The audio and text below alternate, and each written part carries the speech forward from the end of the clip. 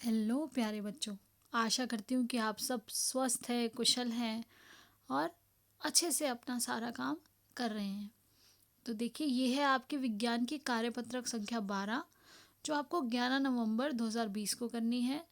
बेटा, सभी बच्चे अपना यहाँ पर अपना नाम लिखेंगे, अपने कक्षा अध्यापक का नाम लिखेंगे और उसके बाद हमें जो करना है वो है पौधों को जानिए पाठ की पत्ती की संरचना। पत्ते के बारे में पढ़ेंगे हम आज।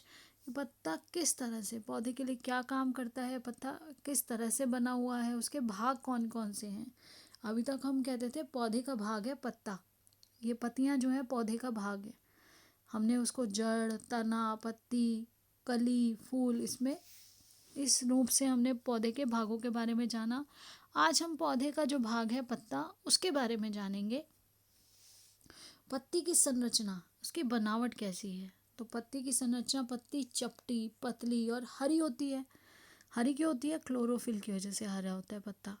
तो पत्ती पौधे का रसोई घर कहलाती है। तो डैश पौधे का रसोई घर है, अगर आपसे पूछा गया था पहले, या पत्ती डैश कहलाती है पौधे की, तो रसोई घर। और अगर ये कहा जाए डैश पौधे का रसोई घर है तो पत्ती, क्योंकि यह भोजन बनाती है। ऐसा क्यों कहा जाता है उसको रसोई घर? जैसे हमारी रसोई घर में खाना बनता है, ऐसे ही भोजन जो पौधे के लिए खाना बनता है वो पत्ती में बनता है। पत्ती के कौन कौन से भाग हैं देखिए, आप इसको बहुत आसानी से इस चित्र को देख के समझ सकते हैं। तो देखिए, जिस भाग की मदद से पौधा तने के साथ, पत्ता एक तने के साथ जुड़ा हुआ है, वह भाग जिसके द्वारा पत्ता तने से जुड़ा रहता है, जो पत्ती तने से जुड़ी हुई है, वो होता है पर्णवृत्त। पर्णवृंत। उसके बाद है फलक। फलक किसको कहते हैं बेटा? ये ऊपर का जो हिस्सा है सारा, ये ऊपर का हरा। तो फलक, पत्ती के चपटे हरे भाग को फलक कहा जाता है। ये पत्ती का चपटा हरा भाग जो है वो फलक है। उसके बाद है शिरा। ये पतली पतली लाइनें जो आपको दिखाई दे रही हैं, ये शिरा है। और सबसे मोटी जो होती है, सबसे मोटी होती है ये हमारी मध्य शिरा, जो बीचों बीच होती है। पत्ती के मध्य में स्थित मोटी शिरा को कहा जाता है मध्य शिरा। पतली पतली शिराएं हैं और जो बीच में है उसको कहा गया मध्य शिरा। ये देखिए, अब है शिरा विन्यास। जो हमने ये पतली पतली धारियाँ, ये हमने शिराएं देखी, जैसे हमारी नाड़ियाँ होती हैं। आपने देखा ना किस तरह से हमें अपने हाथों में दिखाई देता है या कहीं कहीं पैरों में दिखाई देता है कि किस तरह से हमारे शरीर में अलग अलग नसों का जाल है। और साथ ही साथ हमारी जो पौधों में आप देखेंगे और भी कई तरह की आपने पढ़ा है कि ऐसी शिराएं हैं। तो अब देखिए, वो जो धागे धागे जैसा आपको दिखाई दे रहा है, दो तरह का है। एक तो है ऐसे समानांतर, जो आपको इसमें दिखाई दे रहा है, जैसा आप घास में देख पाते हैं। एक ऐसा आप पीपल के पत्ते में देखेंगे तो ये इस तरह से है, ये शिराओं। तो पत्तियों पर शिराओं द्वारा बनाए गए डिज़ाइन, पत्तियों द्वारा शिराओं पर जो डिज़ाइन, ये जो जाली बन रही है, जाल जैसा डिज़ाइन होता है जो शिराओं पर होता है, जो पत्तियों पर ये डिज़ाइन है शिराओं द्वारा बनाया गया, उसे क्या कहा जाता है? शिला विन्यास। और ये कैसा होता है? एक होता है जाली जैसा, ये जाली की तरह है तो इसको बोलते हैं जालिका शिरा विन्यास। मध्य शिरा के दोनों ओर जाल जैसा डिज़ाइन होता है। और एक होता है समानांतर शिला विन्यास। तो समानांतर, ये देखिए इसके अंदर है, जिसमें समान अंतर पर शिराएं हैं। तो यह शिराएं एक दूसरे से समान अंतर, एक समान दूरी पर होती हैं। अब देखिए, पत्तियां क्या कार्य करती हैं। तो पत्तियां पौधे के लिए भोजन बनाती हैं, विभिन्न गैसों का आदान प्रदान करती हैं। तो बेटा, पत्तियां जो है वो सबसे पहले तो हमने देखा कि वो कैसी है। पत्तियां रसोई घर हैं पौधे के लिए। तो पत्तियां पौधे के लिए क्या बना रही हैं? क्योंकि भोजन बनाती हैं, इसलिए उसे पौधे का रसोई घर भी कहा जाता है। साथ ही साथ उसमें स्टोमेटा जो होता है, स्टोमेटा से क्या गैसों का आदान प्रदान किया जाता है। पत्तियां सूर्य के प्रकाश और हरे रंग के पदार्थ क्लोरोफिल की उपस्थिति में यानी कि क्लोरोफिल भी होना चाहिए और सूर्य का प्रकाश भी होना चाहिए। इन दोनों की उपस्थिति में भोजन बनाती हैं। इस प्रक्रिया में जल व कार्बन डाइऑक्साइड का उपयोग करती हैं। साथ साथ पत्तियों को क्या चाहिए, जल भी चाहिए और कार्बन डाइऑक्साइड भी चाहिए।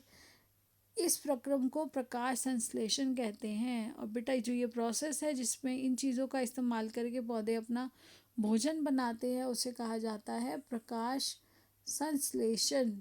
ये बहुत इम्पोर्टेंट है कि प्रकाश संश्लेषण क्या होता है, वह प्रक्रिया जिसके द्वारा पौधे अपना क्लोरोफिल और सूर्य के प्रकाश की उपस्थिति में पौधे अपना भोजन बनाते हैं। तो अब देखिए पत्तियों में शिरा विन्यास को पहचानिए। तो यहाँ देखिए पत्तियों में जब आपको शिरा विन्यास पहचानना है, ये पहला प्रश्न है आपका। तो यहाँ पत्तियों में शिरा विन्यास देखिए दो तरह के शिरा विन्यास हैं आपके पास। एक है समानांतर शिरा विन्यास, एक है जालिका शिरा विन्यास। तो आप ध्यान से देखिए यहाँ पर जो क भाग है, जो आपका क भाग है बेटा, इस क भाग को आप ध्यान से देखें तो क भाग आपका जालिका विन्यास है। ये जालियां हैं, पतली पतली छोटी छोटी जालियां आपको दिखाई देगा। ध्यान से आप जूम करके देखिए तो ये क्या है, जालिका विन्यास।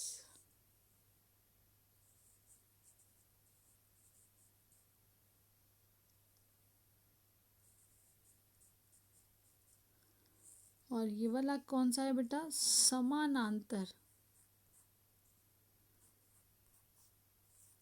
विन्यास।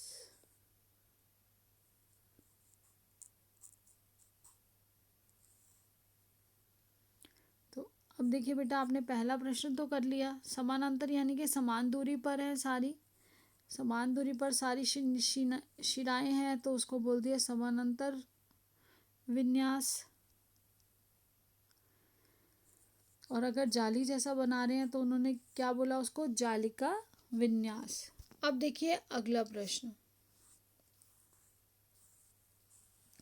खाली स्थान भरो। तो खाली स्थान में आपको क्या भरना है, प्रकाश संश्लेषण की प्रक्रिया में पत्तियों को आवश्यकता होती है।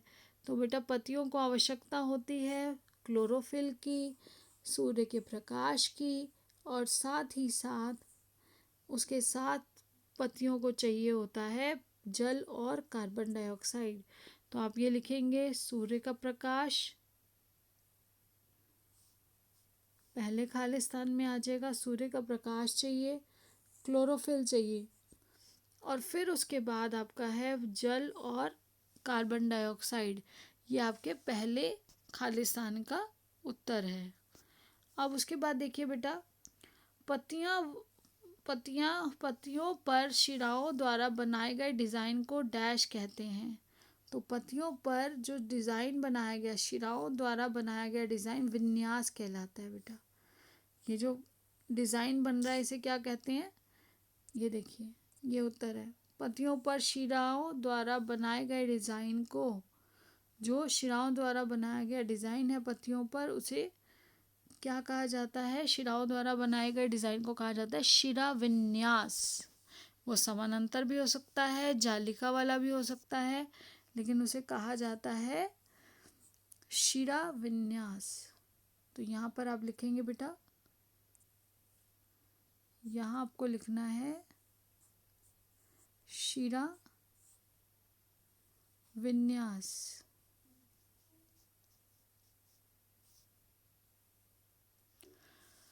अब देखिए बेटा आपके ये वर्कशीट के प्रश्न तो पूरे हुए। आपको इसको अपनी पाठ्य पुस्तक से ज़रूर पढ़ के देखना है, वर्कशीट को अच्छे से पढ़ना है, उसको एक बार वीडियो देखने के बाद दोबारा फिर धीरे धीरे समझते हुए पॉज करके फिर आपने अपने क्वेश्चन आंसर्स नोट डाउन करने हैं। और आपको पता है बेटा कोविड के विरुद्ध लड़ाई से सुरक्षित रहने के लिए मास्क पहनना है बहुत ज़रूरी।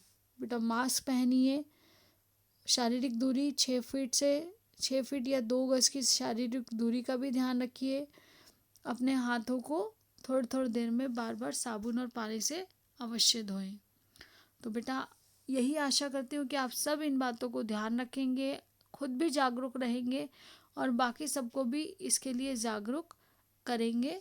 और सभी बच्चे बेटा अच्छे से अपना काम टाइम पे करके अपनी बुक से भी इस चैप्टर को पढ़ के तब करिए, ताकि आपको अच्छे से समझ आ जाए। और फिर आपका कभी भी टेस्ट हो सकता है, आपको साथ ही साथ अपने करे हुए काम की तैयार भी करके रखनी है। So keep in touch with us, keep learning and enjoying, stay blessed and healthy. Thank you. Have a nice day.